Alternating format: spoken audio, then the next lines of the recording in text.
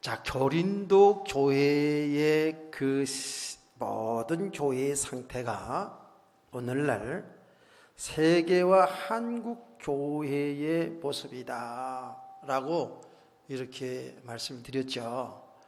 그런데 교회의 모습이다 그러니까 우린 막연하게 생각할 수 있어요. 근데 교회는 곧 저와 여러분 한 사람이 교회입니다. 우리 한 사람 한 사람 모인 이 공동체가 교회라고 얘기하는 거거든요. 이게 얼마나 중요한지 몰라요. 근데 고린도 교회가 굉장히 교회가 문제가 많았어요. 그래서 지난 시간에는 그 고린도 교회의 어떤 지리적 배경과 역사적 배경 이런 것들을 이제 우리가 알아봤죠. 근데 그 고린도 교회에 이제 그 문제가 제가 쭉 헤아려 보니까 한 10개 이상은 돼요. 10개 이상. 한두 개가 아니에요. 총체적으로 고린도 교회가 참 문제가 많아요. 그런데 오늘 제일 처음에 고린도 교회의 문제를 이제 드러내기 시작을 했는데 그 고린도 교회의 문제가 오늘 보니까 뭐였습니까? 분쟁이라는 거예요. 분쟁. 교회에서 싸움이 일어났어요. 분쟁이 있어요. 교회라는 곳이 이런 분쟁이 있으면 사실 안 되는 건데 분쟁이 있단 말이에요.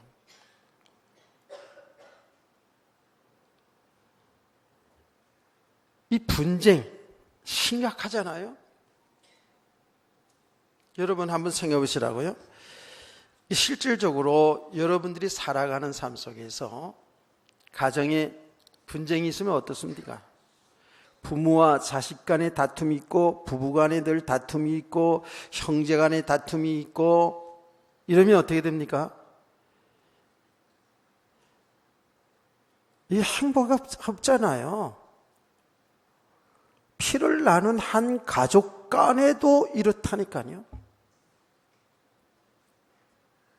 분쟁, 싸움 없이 다툼 없이 살아가도 짧은 인생인데 말이에요.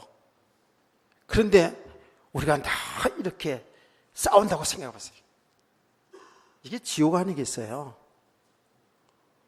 자, 여러분 가정은 어떤지 잘은 다 제가 몰라요. 모르는데 그냥 생각해 보시라고요. 가정이 화평한 게 좋아요? 늘 싸우는 게 좋아요?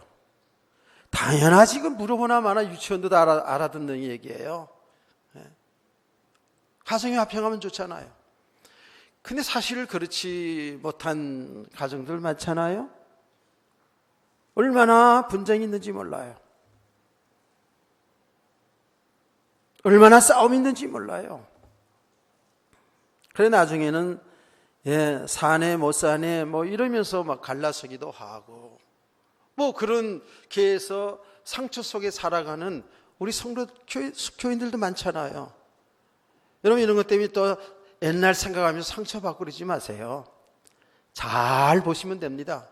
말씀을 통해서 우리 자신을 잘 볼 수 있기를 원합니다. 심각하잖아요. 자, 지금 보시라고요. 우리 가정뿐만 아니라 이 사회가요 지금 엄청 갈등 속에 있어요. 엄청 싸움이 있어요. 여러분 국회의원들이 그 국회의사당에서 나라 일을 보면서 싸우는 거 보기 좋습니까? 좋지 않습니까? 우린 그래요. 아이고 저 인간들 그냥 표 받으려고 그렇게 가서 굽신거리고 그러면서 찍어주었더니 가서 그냥 싸운다고. 보기 좋지 않죠. 그래서 지금 나라 일을 하느라고 싸우는 거예요 사실은. 어쨌든 그런 싸움이 있어요. 나라가 온통 보수와 진보 이러면서 지금 엄청난 그런 갈등들이 있어요. 이거 우리 대한민국뿐만 아니라 전 세계적으로 보면 이런 어떤 이념의 싸움과 여러 가지 영토의 분쟁, 이런 싸움, 이런 것들이 인류에서 끊임없이 일어나고 있어요. 인류 역사가 시작되면서 전쟁 없었던 날이 며칠 안 된다는 겁니다. 지금 수천 년 이렇게 지나가면서 인류 역사에 전쟁이 없던 날이 없었다라는 거예요. 거의 전쟁하며 살았다.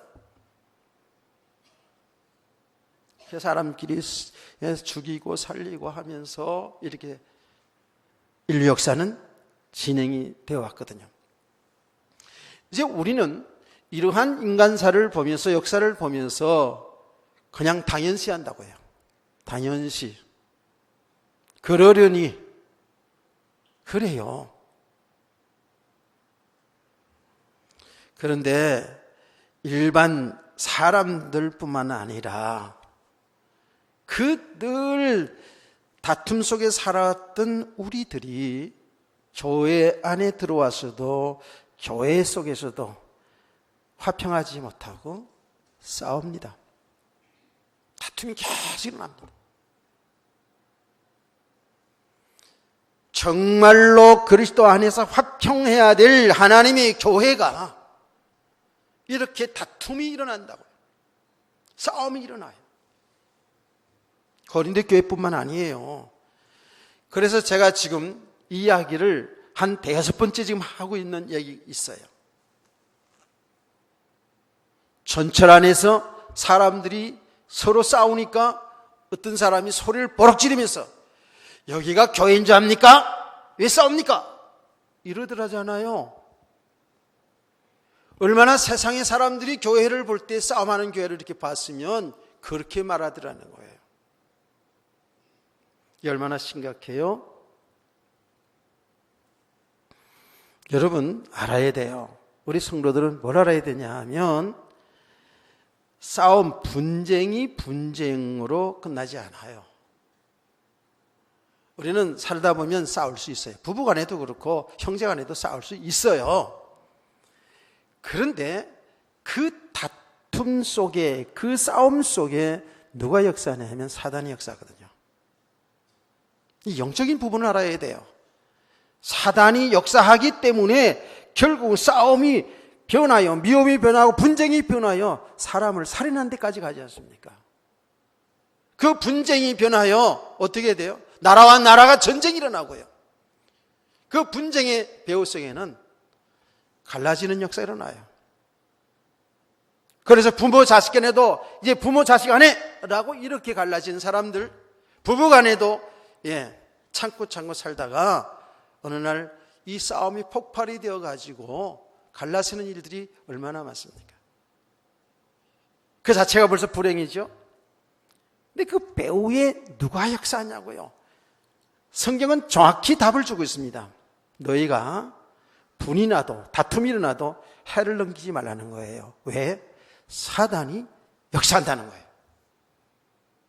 그래서 우리가 성도들이 이 영적인 비밀을 알지 못하면, 영적인 사실을 알지 못하면요, 판판이 우리는 보이는 것에 다 속고 산다니까요. 그래서 성경은 이렇게 말합니다. 우리의 싸움은 혈과 육의 싸움이 아니다 그랬어요. 영적인 싸움이라는 거예요.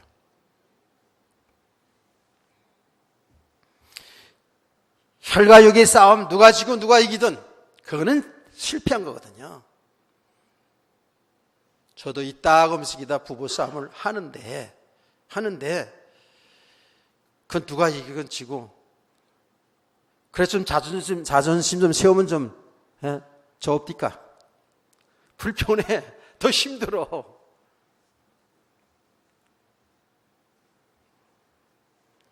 인생을 실패한다니까. 우리 구원받았고도요, 하나님의 은혜로 예수 믿어서 구원받아놓고도요, 이런 속에 빠져들어가면 그 개인의 인생이 실패하는 거잖아요. 그 가정 실패한 가정이잖아요. 인생이 실패하는 거잖아요. 교회 생활 속에서 분쟁을 일으키는 사람이 상당히 많거든요. 교회를 아주 어지럽게 하는 사람도 있거든요. 그런 인생 실패하는 거잖아요. 사단의 심부름하고 있잖아요. 그래서요, 이 고린도 교회의 그 바울 사도가 지금 편지하면서 가장 제일 첫 번째로 분쟁의 문제를 다뤘어요. 다른 중요한 내용 다 있는데 제일 먼저 다뤘어요. 이 그만큼 고린도 교회가 분쟁이 심했다라는 증거도, 그런 증거도 되지만 이 분쟁이라는 것이 얼마만큼 중요하게 다뤄야 될 문제인 걸 알 수가 있잖아요. 우리 예수님께서 뭐라고 말씀했습니까? 화평케 하는 자는 복이 있나니 저희가 하나님의 아들이라 일컬음 받을 것이라 그랬습니다. 화평케 하는 자. 그만큼 중요한 내용이죠. 그렇죠? 저는 오늘 이 말씀을 통해서 저와 여러분이 우리의 신앙과 우리의 삶을, 여러분 가정생활을, 여러분의 사회생활을, 여러분의 부부생활을 잘 볼 수 있기를 축복합니다.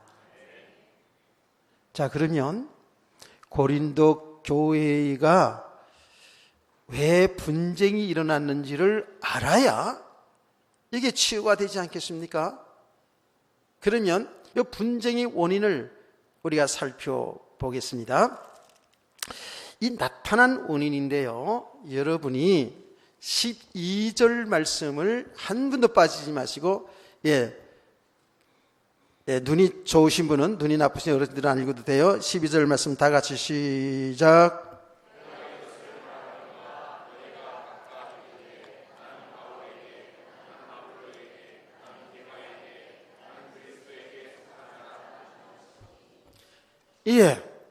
고린도 교회의 분쟁의 원인을 보니까 파당이 생겼어요. 파가 생겼다니까.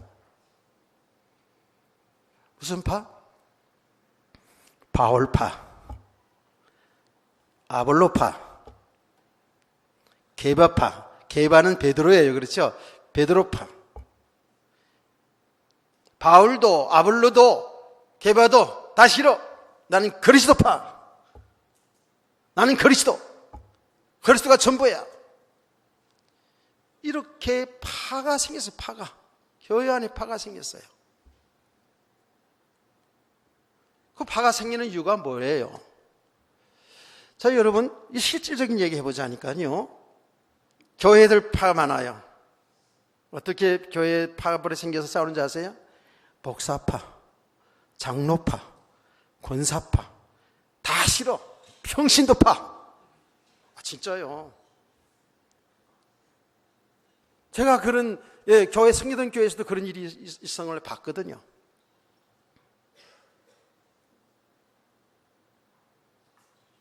개척교회 몇몇파. 세상에 난 어떤 말이 드는지 아세요? 굴러 들어온 돌이 박힌 돌을 뺀다나? 굴러 들어온 분은 누구고 박힌 돌은 누굽니까? 세상에나. 박힌 돌은 자기들이 이미 교회를 세운 개척 멤버들이라 얘기했지. 굴러 들어온 사람들, 중간에 온 사람들. 아이고. 수십 년 교회에 전통이 있다는 교회에서 그랬다니까요. 제가 섬기는 교회뿐만 아니에요. 지금도 그래요. 지금도. 이런만 되면 유명한 교회들, 아이고, 진짜 한숨이 나오죠.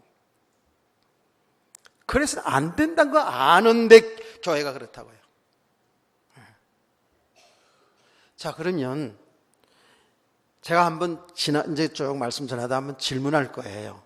여러분이 잘 듣다가 질문에 답을 좀 해보세요.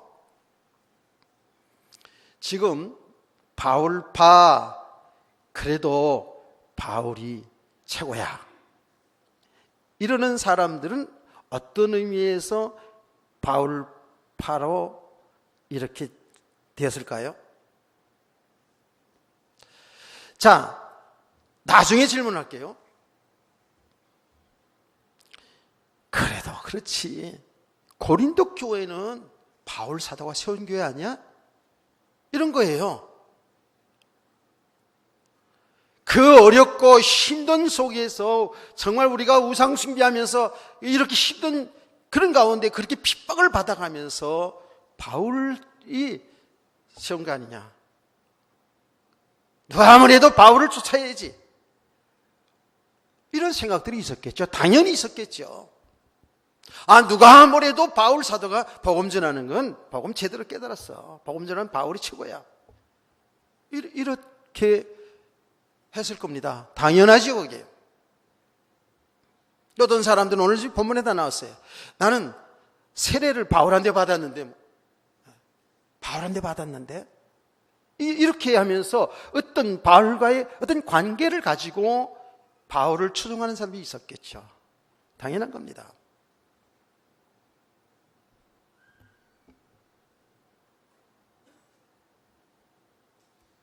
여러분 무슨 말인지 알겠죠? 잘 들으셔야 돼요. 그러면 바울을 진짜 바울 사도가 이 교회를 세우고 그 어려운 가운데서 약 2년 가까이 교회를 세운 사람이 맞아요. 그러면 바울을 싫어하는 사람들은 또 어떤 사람들일까? 이런 거예요. 성경에 다 나와 있어요. 이제 앞으로 쭉 나옵니다.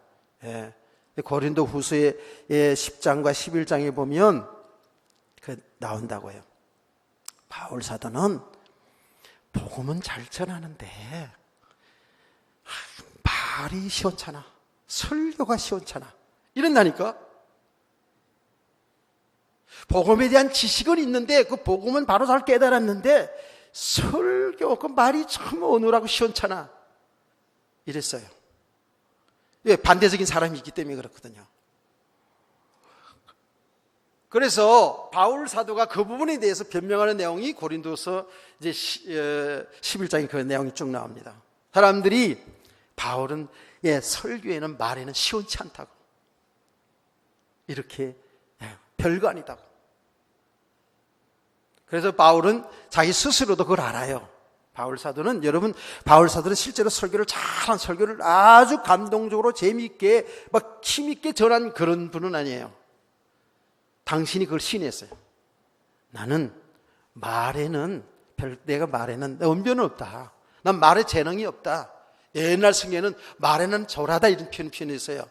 근데 이제 새로 이렇게 다시 이렇게 잘 번역한 내용들 보면 나는 말에는 재주가 없다. 인정한다.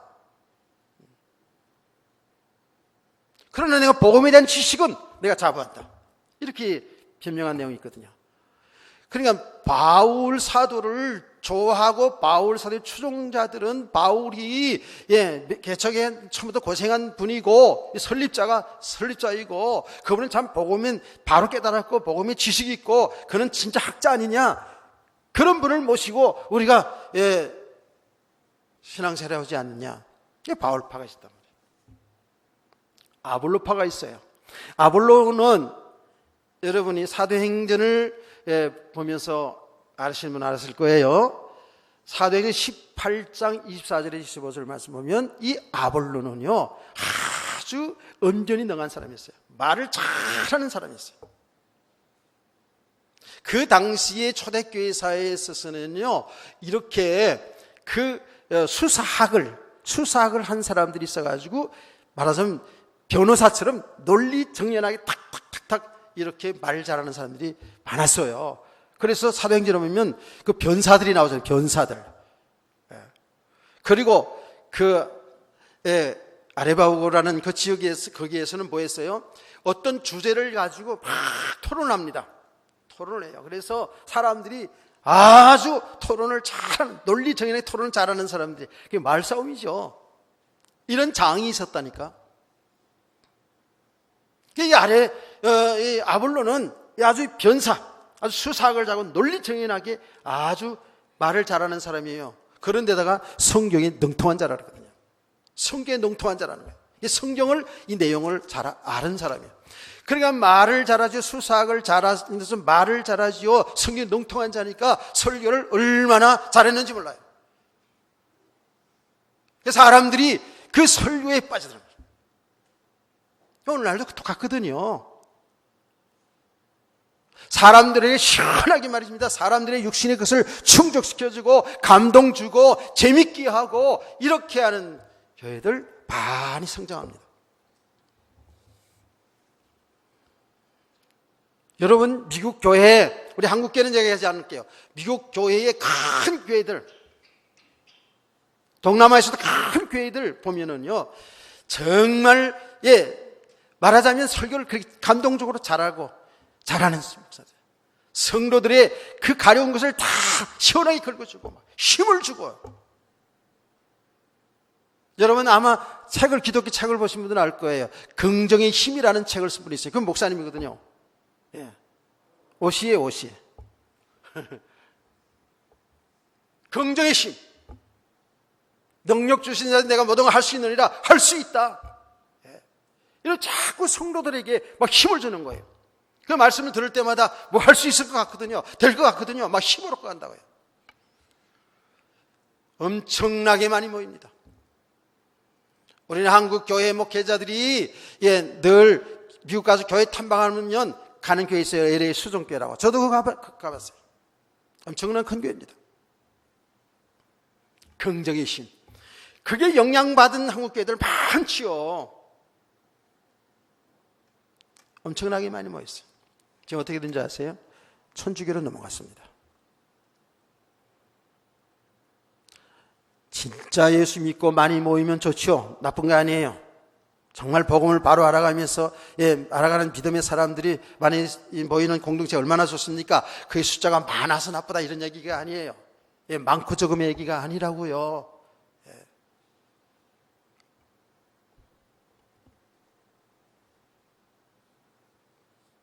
그러니까 어떤 분은요, 대형교회, 우리 한국의 대형교회 목사님이 그렇게 이야기하시더라고요. 교회의 성장 세면을 하면서 복음 가지고 안 됩니다. 복음만 가지고 안 됩니다. 복음만 가지고 안 됩니다. 교회 성장은 사람들의 감성을 자극하고 완전히 왜곡된 복음이에요. 그거예요. 복음만이 완전한 겁니다. 아멘. 그리스도가 완전하죠. 사람들을 울리고 웃겨가지고 재밌어서 교회 온, 그건 속이는 겁니다. 우리는 복음을 들으면서 울 수도 있고 웃을 수도 있습니다. 그렇게 사람이 많이 모여지면 그게 성공한 교회입니까? 아니잖아요. 사람들은 아볼로의 그 지식지적이고 설교 잘하는 그런 설교를 통해서 뭐니 뭐니 해도 아볼로 설교 잘하는 목사가 좋아. 이렇게 해서 아볼로파가 생기는 거예요. 그래도 아무리 설교 잘해도 아볼로는 복음이 약해. 왜요? 아볼로는 실제로 복음이 약해서 누가 그들을 복음을 이렇게 가르쳐준 일이 있어요? 아굴라 브리스길라 부부가 평신도들이 설교 들으니까 설교는 잘하는데 복음이 없는 걸 알았거든요. 그래서 불러서 가르친 내용 있지 않습니까? 설교는 잘하는데 그 복음의 내용은 없어. 복음이 없어. 이러면서 아볼로를 싫어하는 사람이 있겠죠, 당연히. 여러분, 게바가 누구라고? 베드로라요, 베드로. 그래도 베드로가 최고지. 왜? 베드로는 예수님의 12제자 중에 한 사람이고 그는 수제자고 얼마나 능력 있게 사역을 했어? 베드로가 최고지. 그럴 수 있잖아요. 왜? 이 고린도 교회에서도 바울 사도의 사도성에 대한 시비가 있었거든요. 여러분, 지난 시간에 얘기했잖아요.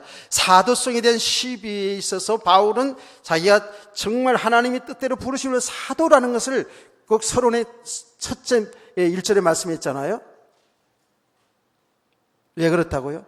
그의 사도성이 무너지면 그가 전한 복음이 무너지고 교회가 무너지기 때문에 자기가 사도인 것을 자랑하기 위해서 그런 것이 아니라 그랬잖아요. 그러니 고린도 교회의 성도들도 역시 바울에 대한 사도성에 대한 시비가 분명히 있어서요. 그러니까 그래도 예수님의 12제자 중에 한 사람, 그것도 제일 수제에 있던 베드로가 이거지. 베드로파. 이렇게 되는 거예요. 바울도 아볼로도 베드로도 다 싫어. 오직 그리스도. 그렇죠. 좋은 신앙 같지만 그렇지도 않아요.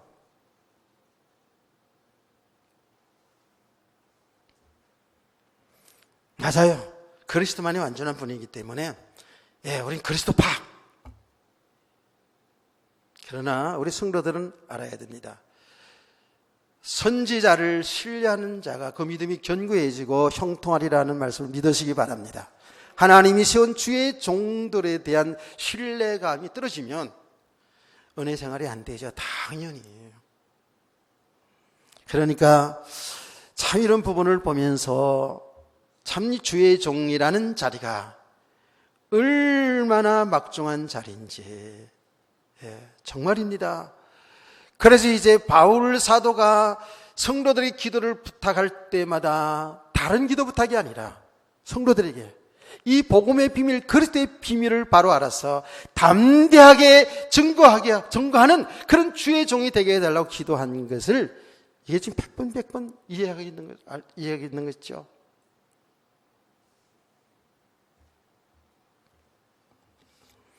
저도 부탁합니다. 우리 성도들, 이 땅의 모든 주의 종들을 위해서 특별히 우리가 함께 이렇게 예배 드리면서 함께 신앙생활하는 저와 여러분의 관계가 얼마나 중요합니까? 그래서 부탁합니다. 이 복음의 비밀을 바로 잘 알아서 담대하게 복음을 전할 수 있는 주의 종들이 되기를 기도해 주시기를 바랍니다. 저는 이 기도를 한 번도 빼놓은 적이 없어요. 오늘 아침에도 참 이 고린도 교회를 생각하면서, 우리 교회를 생각하면서, 하나님 진짜 날 모자라고 부족한 자입니다. 이 귀한 생명의 복음을 성도들에게 바로 전하는 종이 되게 해달라고, 우리 그런 교사들이 되게 해달라고, 우리 성도들이 되게 해달라고, 저희 기도는 그 기도예요.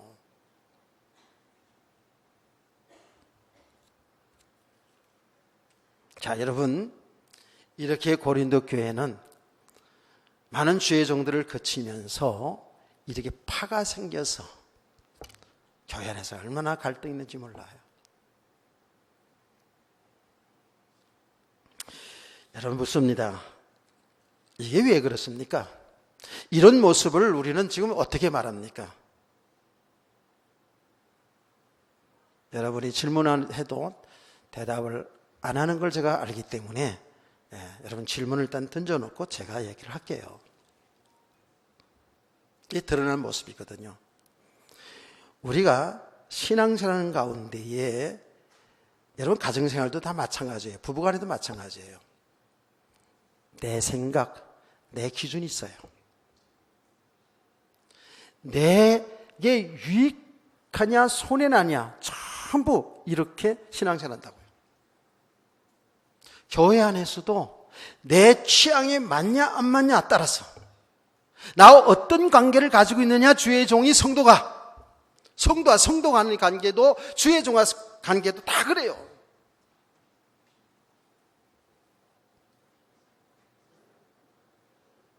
나와는 지금 어떤 관계 속에 있느냐, 전부 인간적인 생각 속에서.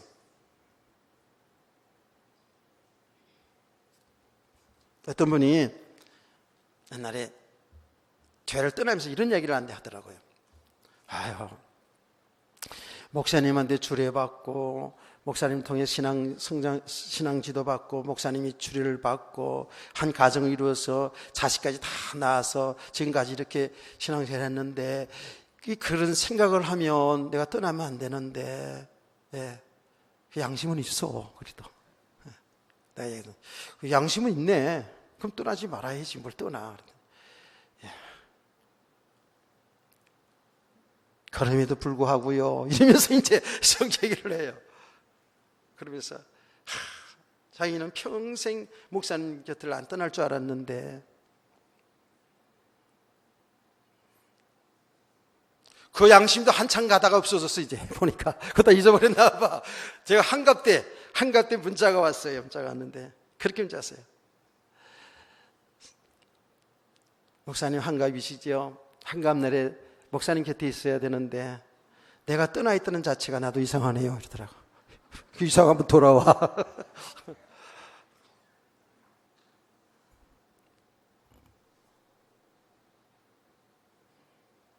사실 인간의 의리 가지고도요, 신앙생활을 되어지는 게 아니고 의리 가지고도 화평을 이룰 수 있는 건 아니에요. 그분은 그분 나름대로 어떤 사정이 있어서 저 관계가 좀 나빠서 그런 건 아니에요. 사정이 있어서 이제 떠났는데 그런 이제 문자를 주고 받았는데 이제 세월이 많이 가다 보니까 이제 그것도 저것도 없고 그래요. 인간관계. 여기에도 나온 대로 목사님들 세례를 받았는데 뭐 이런 거. 근데 이런 건 다 한계가 있어요. 인간적으로요. 제 옛날에는 이 참 믿음의 비밀을 잘 모를 때는요. 인간적으로 온 마음을 다 쏟잖아요. 제가 평상 우리 성도들을 사랑하잖아요. 그렇죠? 그리스도 안에서 정말 믿음 생활을 잘 원하고 평생 주님 앞에 가는 그날까지 함께 신앙생활을 원하고 그래서 나름대로 말로 다 표현 못하지만 사랑을 베풀잖아요. 어느 날 어떤 이유에서든지 이렇게 내 곁을 떠나서 교회를 떠날 때 저는 하염없이 울을 때가 많았다고요. 교인 떨어지고 이런 것 때문에 그런 게 아니고, 이 인간적으로 이렇게 쏟아본 거 있잖아요.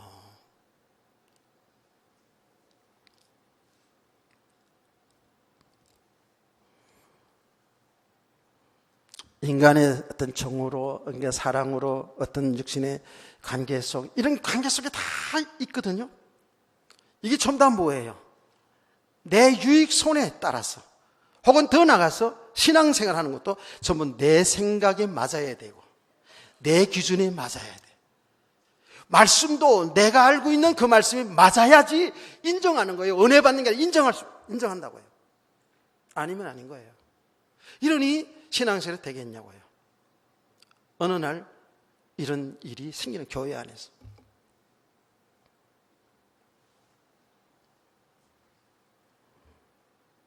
그래서 자꾸요, 우리는 내 생각, 내 기준, 내 유익 손해를 따라서 사람을 보거나 환경을 보지 말라고.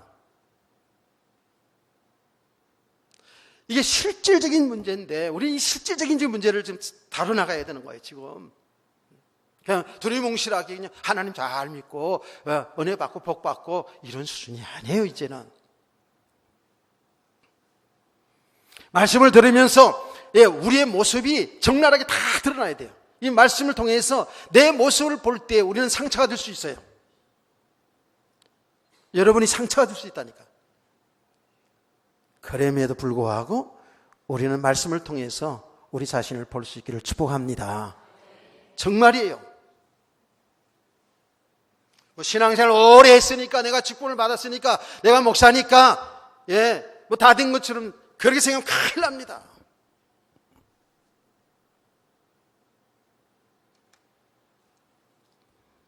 전부 우리는 신앙생활이 이렇게 자기 생각 기준, 어떤 인간관계 속에서 이렇게 신앙생활 하다 보면 어느 날 자기 생각, 자기 기준, 자기 방법이 맞지 않으면 내가 유익이 되지 않는다고 생각하면 내가 좀 상처가 된다 그러면 여지없이 하나님을 떠날 수 있어요. 하나님의 교회를 떠날 수 있고 분쟁이 일어날 수 있어요. 자, 그런데 이제부터 중요한 거예요. 이게 지금 고린도 교회에 나타난 분쟁의 원인이에요. 지금 원인이에요.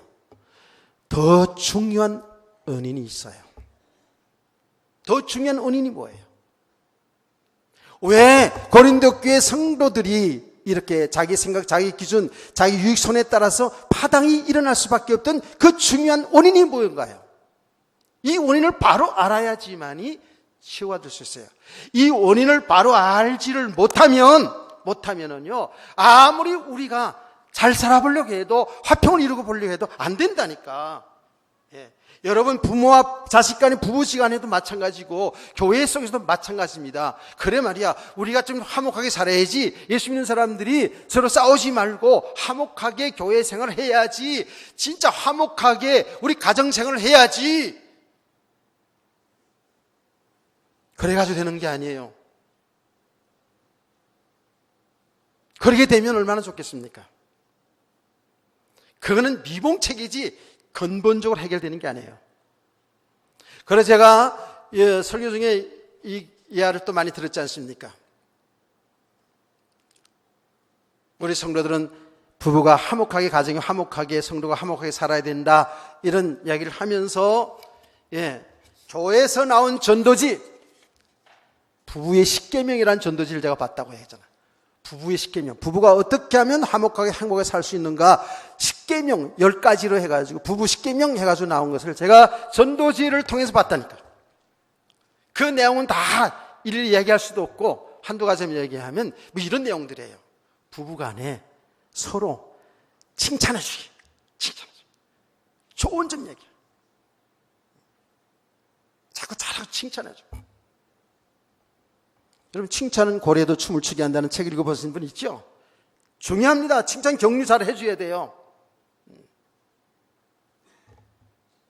그 칭찬만 해주고 약점 이야기하면은 완전히 틀어질 건데. 칭찬해주기. 약점은 얘기하지 않기. 특별히 시댁이나 친가나 얘기하지 않기. 이런 게 다 나와요. 그리고 하루에 한 번씩 꼭 5분 이상 대화하기. 내가 아까 일부 예배에서 집에서 남편하고 대화를 잘합니까 하고 내가 일부러 집사님들한테 물어봤었더니 다 안 한대요. 다 못한대요. 그래서 앞으로는 대화 좀 잘하고 살라고 내가 얘기했어요. 여러분 집들은 부부간에 대화가 잘 되고 있습니까? 소통이 잘 되고 있습니까? 소통이 잘 되는 가정은 아멘. 아멘 크게 한 집도 들어가 봐야 알아. 대화를 잘하는 가정 되라. 그 나쁘지 않아요. 나쁘지 않아요. 좋아요. 서로 칭찬해주면 좋지요. 시댁 얘기 안 하고 친정집 얘기 안 하는 거 좋죠. 대화를 하는 거 좋아요. 뭐 건설적 얘기하는 건 좋겠죠. 신앙적인 얘기 좋겠죠. 그런데 대화하다가 어떻게 돼요? 싸워. 대화하다가 싸운다니까. 이건 아니다 지다 그러면 싸운다니까. 내가 다 해봐서 얘기하는 거예요. 내가 경험으로 다 얘기하는 거예요. 신앙적인 이야기 하다가 불신앙해. 여러분 안 그래요? 여러분 진짜 여러분 믿음에 유익한 대화를 많이 하나요? 신앙적인 이야기 하다가 여러분 가정에서 구역 예배 드리면서 말씀 포럼하면서 불신앙 얘기를 하면서 은근히 신앙을 막는 일이 얼마나 많은데요. 나 그거 많이 봤거든요.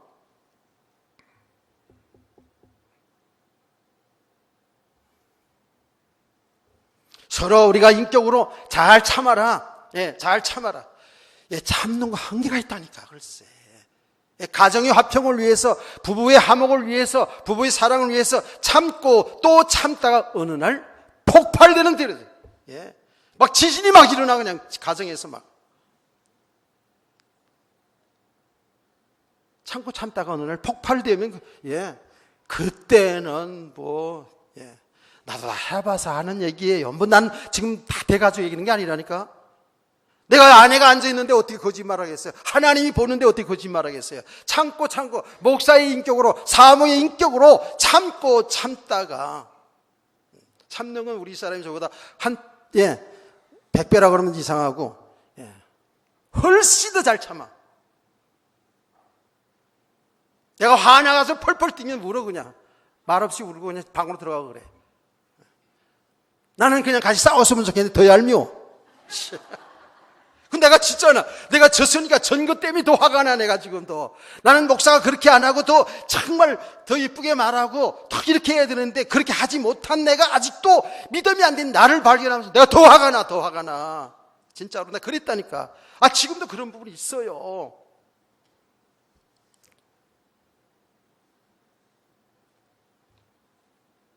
성질 나가지고 그래서 화가 나가지고 그냥 막 던지기도 하고 막 별로 재산에 손해 나지 않는 거. 우리 아내는 끝까지 참느냐? 안 그래요. 예.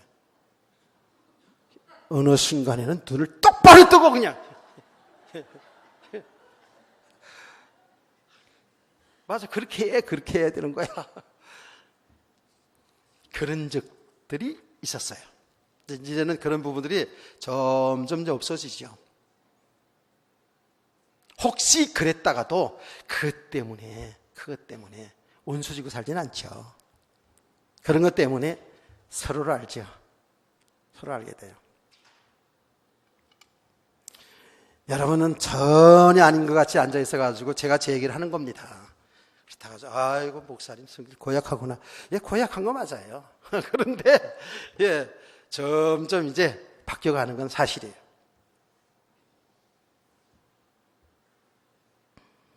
다 그래요, 우리가.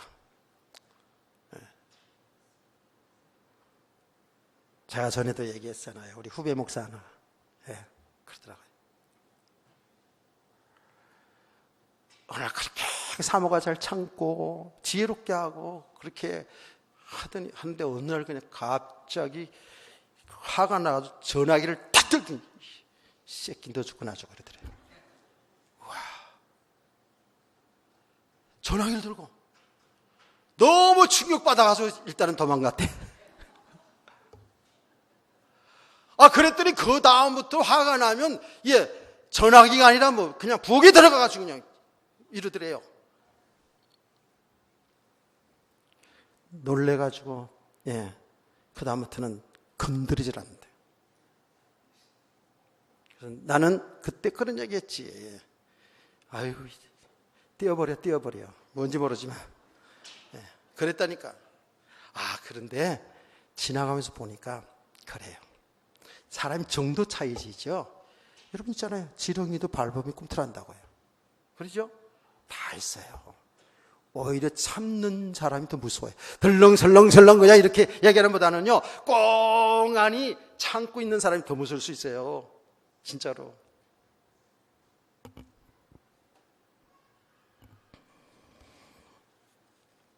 여러분 다 동감이 되죠? 우리 학생 청년들은 저게 무슨 소린가, 나중에 결혼해봐. 다 알게 돼요. 그때는 알리라. 자, 여러분요, 제가 왜 이런 얘기를 하는 줄 아십니까? 우리가요, 정말 복음이 안 되지면, 믿음의 사람을 세우지 아니하면 우리 인간은 어쩔 수 없이 이렇게 분쟁과 다투며 살아갈 수밖에 없어요. 왜 그렇습니까? 왜 그래요?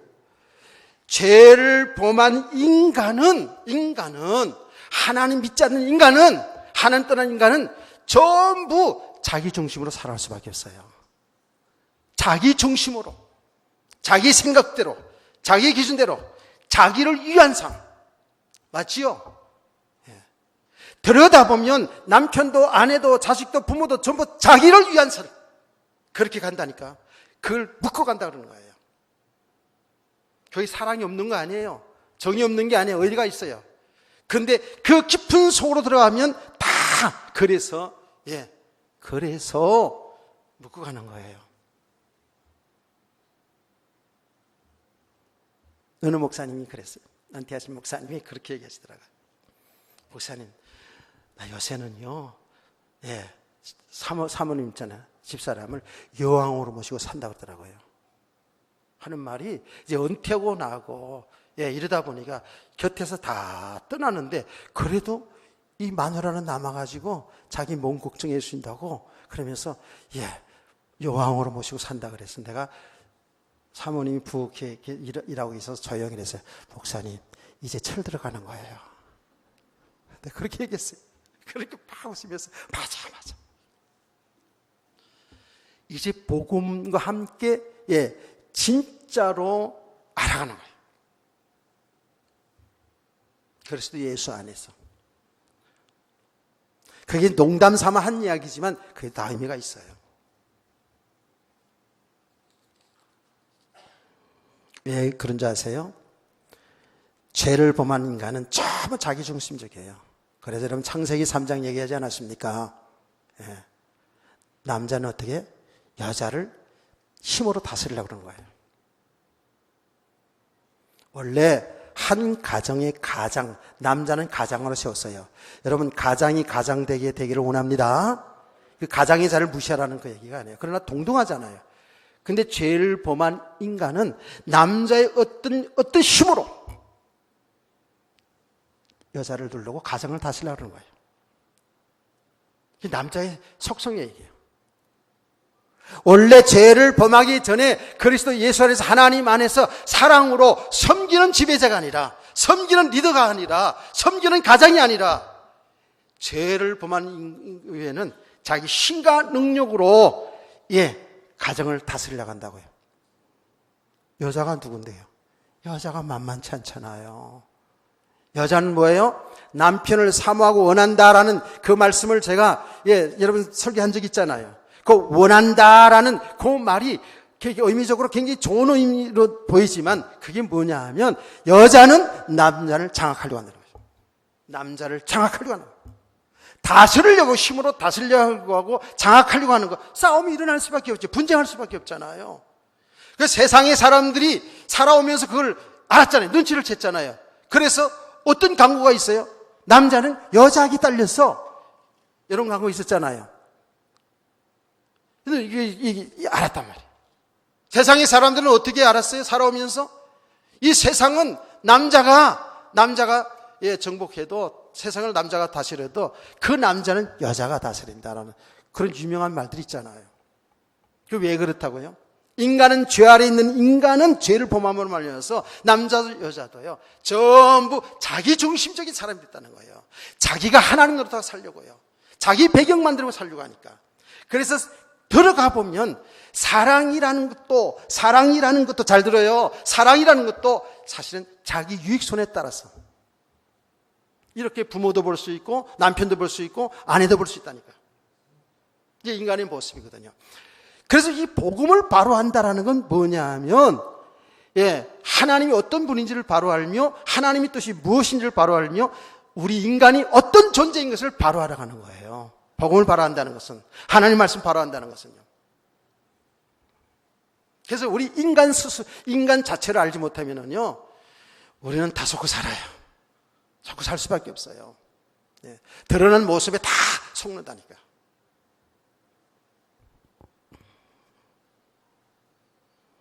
자, 그러면 우리는 근본적인 그 원인이 뭐예요? 복음을 바로 하는 건데 그게 뭐라고요? 그리스도 예수 안에 사는 삶이에요. 아멘. 예수 그리스도 안에 사는 삶이 뭔지를 모르면, 그 축복이 뭔지를 모르면 우리는 다 속고 살게 됐습니다. 파당을 일으킬 수밖에 없어요. 그래서 1장 1절에서 우리의 9절 말씀을 지난 시간에 읽어봤잖아요. 거기에 함축적으로 다 들어있어요. 함축적으로 들어있다는 내용은 뭐냐면 고린도 교회에 편지하기 전에 하나님의 교회가 어떤 곳인지를 정확히 얘기했다고요. 하나님의 교회는 저와 여러분이 교회란 말이에요. 아멘. 그 말이 뭡니까? 우리는 이미 예수를 믿는 저와 여러분 하나님의 교회가 된 거예요. 우리 성도들은 이제 그리스도 예수 안에 있다고요. 그래서 1절에서 9절 말씀에 보면 그리스도라는 말이 그냥 매절마다 나와요. 그리스도, 예수 그리스도 안에 계속 나오거든요. 여기에 말하자면 지금 문제가 많은 고린도 교회에 주시려고 하는 메시지라니까 지금. 그리스도 예수 안에 있는 삶이 얼마나 축복된 삶인지 이걸 가르쳐 주려고 하는 거예요 지금. 여러분, 예수 그리스도 안에 있는 삶이 뭐예요? 예수님을 주인으로, 그분을 나의 신랑으로 모시고 사는 삶이에요. 그리스도 예수 안에 있는 삶이 뭐예요? 이제는 내 생각, 내 계획, 내 영광을 위해서 내 유익손에 따라서 사는 삶이 아니라 주의 뜻을 이루는 삶 속에 살아가는 것이 예수 안에 사는 삶인 줄 믿으시기를 바랍니다. 이렇게 되어져야 된다는 거예요. 그래서 오늘 설교 제목이 뭐냐고요? 자, 같은 마음, 같은 뜻이라는 거예요. 같은 마음, 같은 뜻이다. 10절 말씀 보니까 형제들아 내가 우리 주 예수 그리스도의 이름으로 너희를 권하노니 모두가 같은 말을 하고 너희 가운데 분쟁 없이 같은 마음과 같은 뜻으로 온전히 합하라는 거거든요. 같은 마음 같은 뜻. 이 같은 마음 같은 뜻이 되어야지만 분쟁이 없는 것이거든요. 부부지간에도 가정생활도 교회생활도. 아멘. 이게 쉽지 않죠 지금. 지금 세상을 보라고요, 지금. 이 이념 싸움, 보수, 진보. 제가 늘 얘기하지 않습니까? 보수가 좋으냐, 진보가 좋으냐. 우린 그런 논리로 세상을 보고 정치를 보면 안 된다 그랬죠. 그런데 많은 기독교인들이 이렇게 좌우로 치신다니까. 아니에요. 그리스도 예수 안에 있는 삶이 하나 되는 삶이에요. 분쟁 없는 삶이 되는 거예요. 그래서 우리 개인도 가정도 교회도 이 나라 민족도 세계도 복음만이 사는 길인 줄 믿으시기 바랍니다. 예수 그리스도만이 사는 길이라니까. 그래서 예수 안에 사는 삶이 되어질 때에 화목한 가정이 될 수 있는 거예요. 화목한 인생이 될 수 있는 거예요. 평안한 교회가 될 수 있는 거예요. 안 그렇습니까? 우리는 다 예수의 사람들이 맞잖아요. 그런데 우리의 믿음들이 말이죠. 다 각자마다 생각이 틀리면 이건 분쟁이 날 수밖에 없잖아요. 그런데 하나님의 뜻, 그래서 예수 안의 뜻은 뭐예요? 우리 교회는 생명살 일에 하나가 되는 거예요. 구원하신 일에 하나가 되어야 될 줄 믿으시기 바랍니다. 모든 삶의 방향이 여기다 맞추는 거예요. 여러분의 삶도 마찬가지 아닙니까? 제가 늘 얘기하잖아요. 우리 학생들 공부해야 될 이유, 직장 가야 될 이유, 여러분의 모든 살아가는 삶 자체가 여러분의 뜻을 이루고 여러분의 성공을 위해 사는 삶이 아니라 여러분 성공 다 해야죠. 축복받아야죠. 그 모든 것이 하나님의 뜻을 이루는 그 일 속에 성공 축복이 귀한 줄 믿으시길 바랍니다. 하나님 뜻을 이루는 그 하나님 뜻이 뭐냐? 예수 그리스도를 믿어서 영생 얻는 것이요, 그분과 함께 사는 하나님의 나라의 축복을 누리는 것이 하나님의 뜻이라고요. 아멘. 여긴 믿음의 사람들만 들을 수 있는 거잖아요. 우리가 구원받고 예수 믿어 구원 받아놓고 예수를 우리 주인이라고 그러고 우린 주 안에 산다고 찬송도 부르면서도 우리는 주 안에 살지 못하고 아직도 내 안에 살고 세상 삶에 갇혀 산다고요. 내가 주인으로 타고 살고요. 세상 끝 의지하고 살고요. 그거 통해서 행복해 보려고 하니까 이게 되어도 문제 안 되어도 문제가 되는 거죠. 예수 그리스도 안에서 주의 뜻을 이루는 삶 되기를 원합니다. 그러니까 믿음도 하나요. 마음도 하나의 말이죠. 우리의 삶의 방향도 하나잖아요. 부부가 방향이 하나가 되어야 되지 따로따로 놀면 분쟁할 수밖에 없잖아요. 나는 이렇게 살아야 된다. 남자는 어떻게? 남자는 그냥 돈 버는 대로 그냥 보는 대로 그냥 생기는 대로 언제 죽을지 모르니까 막 쓰자. 이렇게 쓰자주의로 나가면 여자는 그래도 그렇지 우리가 전략해서 살아야 노가 되지 이러면서 이거 벌써 방향이 틀리잖아. 그 이 때문에 늘 싸울 거 아닙니까? 안 그래요? 지금 사람들이 사회 진보주의가 좋다, 자유주의, 자유 경쟁 체제가 좋다 이런 것 때문에 계속 싸우잖아요. 하나 될 수 없어요. 그래서 진짜로 하나 될 수 있는 길은 유일한 길은 복음밖에 없어요. 예수 그리스도 안에서 주의 뜻을 이루는 삶 속에 우리가 다 자꾸 들어가 보세요. 그러면 점점 교회가 어떻게 돼요? 하나 되는 거예요. 진짜입니다 이거요. 이거 한 되어지면은요 끝없는 갈등 속에서 헤매다 갈 수밖에 없어요.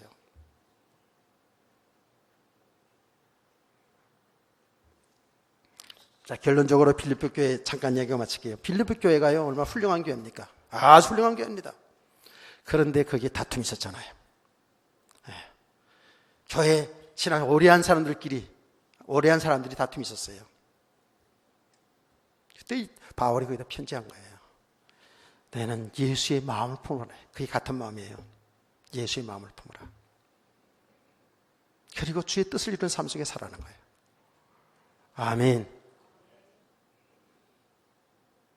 우리 성도들 한 사람 한 사람들이 정말 은혜를 잘 지속하시길 바랍니다. 그래서 이제 마지막 결론이 뭐냐 하면, 자, 여러분들이 예수 안에 살고 싶어요. 믿음으로 살고 다 싶어요. 근데 안 되잖아요? 잘 안 되잖아요? 그래서 뭐예요? 여러분은 은혜를 잘 받으시길 바랍니다. 은혜 받는 방편이 뭔지 아세요? 하나님의 말씀을 이렇게 계속 들어야 돼요. 어쩔 수 없어요. 축지법이 없다니까. 다른 방도가 있는 게 아니에요. 하나님의 말씀을 잘 들어야 돼요. 이 말씀을 통해서 어떻게 해요? 우리의 신앙생활을 잘 볼 수 있어야 돼요. 여러분의 지금 생각을 잘 볼 수 있어야 돼요. 여러분이 어떤 기준에 살고 있는지, 어떤 목적으로 살고 있는지를 잘 말씀을 통해서, 말씀을 들으면서 봐야 돼요. 아멘. 정말 예수 안에 살고 있는지를 잘 봐야 된다니까. 정말 예수 믿고 사는지를 잘 봐야 돼요. 정말 예수의 뜻을 따라, 예수의 말씀 따라 순종해 살고 있는지, 그렇지 않고 내 생각대로 지금 내 영광을 위해서 내 목적을 이루기 위해 신앙생활하고 있는지를 잘 보시라는 거예요. 말씀 들으면 우리 모습 다 드러나요. 아멘. 여러분의 가정에서, 여러분 개인적인 일어나는 삶을 잘 보시라니까. 틀림없습니다. 지금 우리 삶을 통해서 하나님 우리를 믿음의 사람으로 세워가고 있다니까요. 저는 정말 이제 이런 거 체험을 했기 때문에, 이 말씀이 체험됐기 때문에 얘기하는 거예요. 사람 만나지는 것도 똑같아요. 그냥 저냥 만나지는 거 아니더라니까. 그 과정들을 통해서 내가 만나는 사람들 중에는 나에게 유익 주는 사람도 있고, 손해주는 사람도 있고, 상처 주는 사람도 있고, 뭐 칭찬하는 사람도 다 다양해요. 그런데 이제 상처를 주는 사람에게도, 칭찬을 주는 사람에게도 거기 속지 않아요. 그것을 통해서 나를 발견하는 거예요. 그래서 그리스도를 얻고 그리스도 예수 안에 있는 내게 주신 진정한 축복, 주님이 얼마나 나를 사랑하고 있는지 속으로 나를 핍박 어렵게 하는 사람들을 향해서 이 주님의 사랑을 모를 거야. 난 그렇게 생각하죠. 이렇게 여러분들이 계속 이 연애를 지속해 나가면 가면 갈수록에 그리스도 예수 안에 있는 세계가 열려진 줄 믿으시기 바랍니다. 그러면 여러분 엉뚱한 거 붙잡고 살아온 걸 알게 돼요. 엉뚱한 거 붙잡고 시시비하며 살아왔던 걸 알게 돼요. 엉뚱한 것 때문에 싸우며 살아왔던 걸 알게 돼요. 그럼 하나씩 내려놓게 되고요. 그리스도 예수 안에서 참 평안함으로 서로 화목함으로 살게 된 줄 믿습니다. 이런 성도 되기를 주의 이름으로 축원합니다. 찬송가 220장